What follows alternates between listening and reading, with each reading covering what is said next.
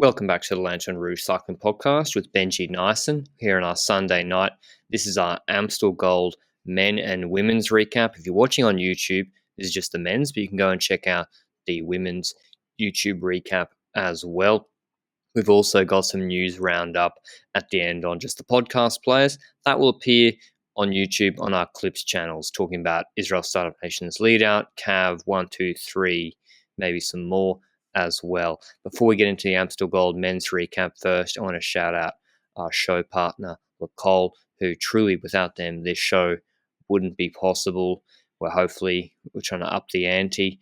Benji and I are trying to figure out how to maybe get in the same studio for the Tour de France podcast. The support from Lacole makes that possible, as well as you, the listener. I just copped a few Lacole base layers actually, which they got on discount at the moment. I haven't figured out how to be an influencer yet because I just bought them, and I'm pretty sure you're supposed to just ask for them. But anyway, I wanted them and ordered them, and they come quickly anyway. That's the weirdest non-influencer promotion I think ever. On to Amstel Gold, we had Roglic, Wout van Aert in the same Ardennes sort of race. Who would pull for who? Pretty sure they even asked Primoz that before the race. Alaphilippe, Hirschi, Woods, Impey, Pidcock, Kwiatkowski, Carapaz, Helga de Tulken, and Schachmann, Ida Schelling. But how did the race go, Benji, on this 216k closed circuit? Many laps of Kauberg, Bemmelerberg, and the G-Berg. 2,500 meters climbing, 1,000 meters climbing less than last year. A flat finish. How did the race shape up in the first couple of hours? Well, firstly, are you actually calling it the G-Berg to prevent from saying Hulhemenberg, or it's too late? Am I reading that wrong? Okay. I'm getting self-conscious about it. Well, the breakaway. We had a breakaway. Strongest rider in there, Loic Vliegen, in my honest opinion. He was eventually the strongest in that group as well. One of the best riders on Intermarché, yes. And I think the breakaway is not really the focus point on this stage. We know that the action is coming from behind in this race, and we know that every single time they go through the circuit, go over the Kauberg and so forth, they're going to thin out the peloton, and they're going to try and make some moves leaning towards the end of the race. And it was really obvious from the start when Movistar went to the front that Valverde wanted to do something today, because they had a 7-man train at the front at a certain point with 100k to go. So we were like, oh, Movistar serious. But usually when they do that, they ended up dropping. So let's hope that didn't happen this time around for them. But they controlled the race mainly for the first portions of it. And then with a good 80 to 70 kilometers to go, the attack started coming. These are the outsiders, like Van Baarle would also make a move later on. But those types of riders that need to do stuff beforehand because they can't follow the punchers on the final Kauberg, for example. The likes of a Fuglsang and so forth would also be such riders that try sneaky attack because, well, quite simply, he doesn't really have the punchy sprint to try and take it home eventually, because the last portion does not have the Kauberg in the last 17 kilometers. The last Kauberg is at 19k to go. But anyway, a lot of those attacks, and we noticed in the peloton a bit of a pattern in people that reacted to certain attacks. And we noticed that Jumbo was doing exactly what they actually said they were going to do. They said that they were going to have everybody ride for Wout today. And rider by rider, that came more clear and became more clear. We had Sam Oomen responding to attacks. We had Jonas Vingegaard responding to attacks. Very active today. We noticed as well that Geesink was indeed pacing for Van Aert. We didn't know yet whether Roglic would also play the role as a helper yet, because we weren't in that phase of the race yet that would decide that. And we had a crash in the peloton then. A crash involving the likes of Mauri van Zevenand. And the guy just had a puncture just before that, or some bike issue. I don't know if it was a puncture or not. But he already had been attacking quite a few times beforehand, so very active in the race. And Schachmann was also in that crash. He was much earlier to continue riding than Van Zevenand. Van Zevenand rode behind him. We noticed Bob Jungels, probably the biggest victim of the crash. He looked to be having a bleeding face. So let's hope that's relatively okay and that he's not getting any sustaining injury from this crash.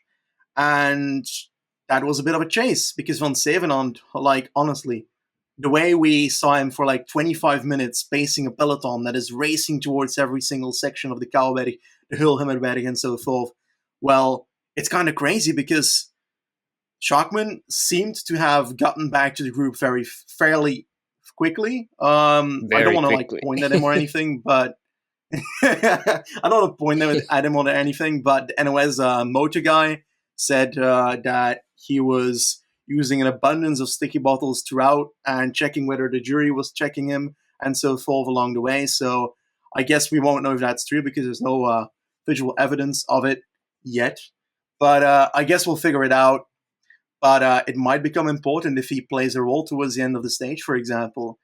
But next to that, Van Zevenand also ended up catching back on after wonderful work doing so.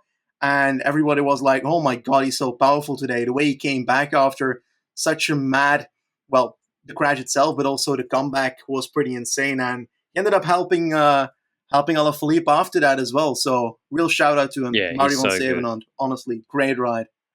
And I think that from that point onwards, we saw that a small group was getting away at a certain point, including Van Barle, including Seneschal. I don't know on which climb, but a few Kouwbergs from the finish line, that was basically happening. And that's where we saw the deciding factor between Wout van Aert and Roglic. Who did we see working for the other? Well, yeah, it was the chase group eventually catching that breakaway. Vliegen, Bernard de Wolf attacking again, then Ida Schelling attacking with 40 k's to go on the penultimate Kouwberg. And as Benji said, it was Roglic chasing with Tom Pidcock in the wheel. And that makes perfect sense.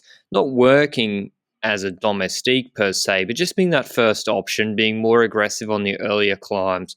Because if it comes down to a sprint, they'll obviously be going for Wout. Wout can stay in the wheels whilst Roglic is doing that. And yeah, that worked perfectly. Roglic was at the front quite a lot. That was clearly their tactic, Jumbo-Visma. I think it's good to use Roglic at the front with moves because he's just better trusting his legs staying in the front 5 wheels, than trying to time it right with one great move. Schelling was really, really strong once again. He bridged to the Wolf, and I think Vliegen was still in the lead. Eventually, Schelling caught him, went past him, and a group of 8 with Van Zevenot, who just come back, went clear with Roglic in that group. And UAE, panic stations for them. They have Trentin and Hirschi. They were pacing like mad to catch them. Michael Bjerg controlling as well. I think they brought that Roglic group, that group of 8, back as well. But Schelling was still up the road. We're going into the last Kouwberg. Ineos and De Koning Quickstep. They got Alaphilippe, the world champ, right there. Going to the last Kouwberg. 19 Ks to go. And Roglic dropped his chain. Gone. Race over. Schelling caught at the same time. Wout attack Wout van Aert. Whoever was the, I don't know, Benji, who was the Dutch or Belgian rather, commentator who said that Primoz should have pulled for Wout van Aert. Anyway, does he think karma has been delivered at this point?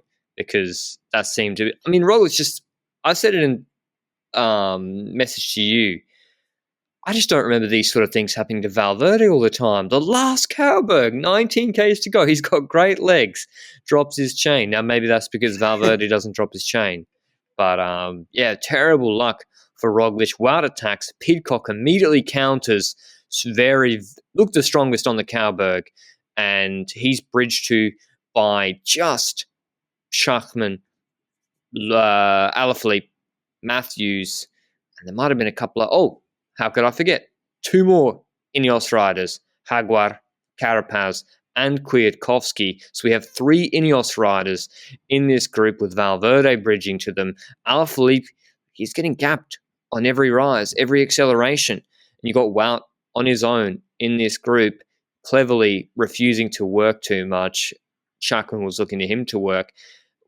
What did you think was the strategy at that point, Benji? 18 Ks to go, 3 Ineos riders in the group, numerical advantage, but not a massive gap to a peloton behind being led by Van Zevenont. What strategy did Ineos roll with then, Benji, with that numerical advantage with 19 Ks or 17 Ks to go?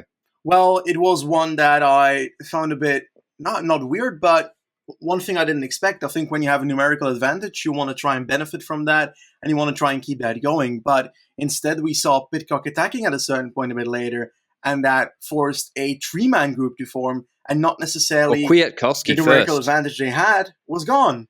Yeah, as well. Yeah, you're right. Kwiatkowski's attack first. They got eventually back to Kwiatkowski, which was a good move from Ineos' spot. But yeah, I think that when you have a numerical advantage and you attack with Kwiatkowski and that doesn't end up working, and you know that Pidcock has beaten someone else in the sprint already in that group, then would it be beneficial to have more riders in the group perhaps, so that you don't necessarily need to start playing the last 2 kilometers? Because if Pidcock attacks and you got to follow, you go to a sprint anyway. Or, yeah, you can have, I thought Carapaz was going to counter when Kwiatkowski got pulled back, or you can settle it all down, get Kwiatkowski back in the group. We've got a flat run into the finish, pace with one of them, and other riders may help you. And then you can attack later with Carapaz or Kwiatkowski, force Wout van Aert, Valverde, Matthews, Schachmann to make hard decisions and chase in the last 10 minutes, 5 minutes of the race. But anyway, doesn't matter really. Pidcock countered when Kwiatkowski got caught. I don't think anyone really expected it. Gapped everybody except Wout. Schachmann just caught back onto them. Valverde had bridged to them, but he couldn't close across. Alaphilippe was gone. Van Sevenant was trying to pace him back, and we had the trio: Schachmann, Wout van Aert, and Pidcock. Flat run into the finish, and they all worked together. There's nothing really much to say, honestly. They just all worked together. The group behind was tired. They've been doing all these 36 climbs, 37 climbs or something on this circuit, and no one had too many teammates left. Van Sevenant was tired. I think it was Israel Startup Nation picking up the bulk of the work for Impey. I think Nederlands was pacing. Ineos were blocking on the front with Kwiatkowski and Carapaz. The gap was about, fluctuated. Didn't go down under 15 seconds, went up to 25 at one point. And we knew it was going to come down to a sprint until Schachmann, in the last 2.5, 3Ks, Benji, tried to attack on one last little rise, obviously not backing his sprint. Pidcock's just beaten Wout van Aert in the Brabantse sprint on Wednesday, so Schachmann's kind of like seen what's happened to Trenton in that sprint and said, I don't want any of that. Wout van Aert closes him immediately, like it was never going to work. Wout was looking better than Brabantse on Wednesday, and they go into the sprint. Same scenario, Benji. And did you think at any moment we were going to have Amstel 2019, that they were going to get caught from behind? I was kind of hoping so, because in that group behind we had Aramburu ready to strike with Lutsenko and Fulsang actually pacing for him. And I was dreaming it was going to happen. And it didn't. So I'm very sad right now. My day is ruined. I completely messed up that meme. But eventually, I thought, well, this is exactly the situation like you mentioned, like Brabantse Pijl. Did you believe that this would be a different situation? Because I thought, yeah, Pidcock is winning this. I believe. And I also kind of enjoy hearing the drama in the voices of the sports commentators if Wout van Aert messes up the sprint. It was same old, same old. This is how it played out. Wout van Aert gets put on the front, just like Brabantse Pijl, just like in a lot of these other sprints. The pace goes down. He lets the pace go down to, walking pace, just about. Well, actually not so bad today. The chase behind that we saw, they were about 150 meters behind in the front on camera. So as long as he kept the pace okay, and after the sprint, this is at 600 meters to go, he would have been fine. So they were able to finesse a fair bit in the last K, and we didn't have MVDP rampaging from behind either. So just Balabalin and Matthews. But yeah, I'm surprised, Benji, that he lets the pace go down to a low speed, because that's how he gets beaten by the quote-unquote not as good sprinters, even though Pidcock, like, pretty dangerous sprinter. Pidcock's basically like Kwiatkowski 2014 version at this point. Seems like a similar rider. Anyway, Wout van Aert leads them out, kicks with about 150 to go, not as early as Brabantse Pijl, nowhere near as early. Gaps Pidcock, who's gotten second wheel, gaps him off the wheel a little bit. Schachmann's gone straight away.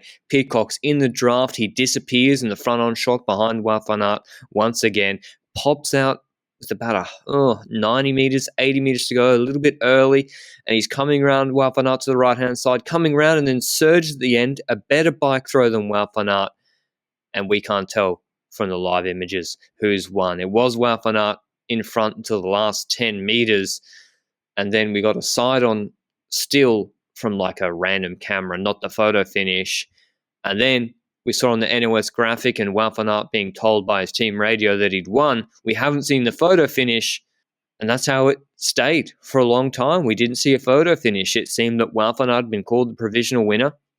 Apparently, he'd been told by the jury, and it was a bit anticlimactic, Benji, because on the side-on photo, which I'm sure many of you seen, and I'll try and find it, it looked like Pidcock had at least was level. But these are notoriously bad to actually decide a photo finish from. Like, they're not the photo finish. But it looked close enough that you'd want to see the actual photo finish. And memes sprung up on Twitter. When did we actually see a photo finish, Benji, for the first time? It wasn't even on the TV. Yeah, it wasn't the proper one. I saw it on the TV as an image on the phone of the jury commissaire, I think Dobbelara, who is the VAR. I don't know if that's also named in English, the video ref for this race. So he was showing from that the top rider on his photo was the winner with like a very small margin. And looking at that picture, it looked like Wout van Aert had won with a very tiny margin. But it's also from a camera onto a phone screen that has the picture on it. So I didn't trust my eyes on it, so I didn't want to call it either from that. And it's 2021, people. Come on, we have to figure out the winner based on a picture on the phone of a jury commissaire. Like, you wouldn't be able to tell that. It's a very professional sport, I'd say, looking at this. Like, I don't get it. Like, in other sports, there have to be other sports out there that have a way better system than this. Like, I don't get it. I really don't. Okay, so it came out that Wout had won. Britain's going absolutely insane on Twitter. They're not happy about it. Pidcock's been robbed, particularly because it took so long for the photo to come out. It took like 15, 20 minutes, I swear, to get the actual photo image shown on the broadcast. I waited for ages. We're recording the podcast late because we wanted to see it. And now, conspiracy theories are abounding. We've seen the blokes deciding, pointing in the booth at who they thought had won. To me, a lot of the image, the first image I saw, looked like a dead heat to me in the first image I saw. But then the later images that came out, Wout wins. Because the way the photo image works, it's the x-axis apparently is time. It's not like a normal photo of the photo finish. And so it's a photo of the finish at a point in time. Oh, no, they're all at the finish. And that's why it looks distorted, apparently. And Wout was ahead of Pidcock in that image. The problem was, at that point, I've been shown 4 images. I've been shown it distorted in low res, high res. Some images further down the line, some before the finish line, some at the finish line. None of them are labeled. Some of them are on a guy's phone. And we've been told the result before that. And I was just like, I have no confidence in what's been decided. I guess Wout's won, if that is the actual photo finish. But yeah, what was your view on it, Benji? Don't say you think Pidcock's won. They'll find where you live and deport you, mate. No, I actually trust in the system. I hope you trust. I hope that I can trust in the system. That's how I believe. And I have actually already this week seen wow, okay. we saw a photo finish already this week in the women's Brabantse Pijl, which was also so close that it looked like the other person had won. Vollering instead of Roofwinder. Everybody was calling it Vollering won, and then suddenly Roofwinder showed up in first position. And on the normal camera, it looked like Vollering was in front of Roofwinder. And eventually, we saw the photo finish from a different angle because the first camera apparently wasn't aligned well. And on that one, it was a difference, and Roofwinder was the winner eventually. But the best part about this is now we have a photo finish. imagine if you don't have a photo finish. I'll bring you back to the Norwegian Championships last year, where Bistrom and Oh, Jonas yeah. Hillsby are sprinting against each other in a corner sprint over the line, where there's no clue who won.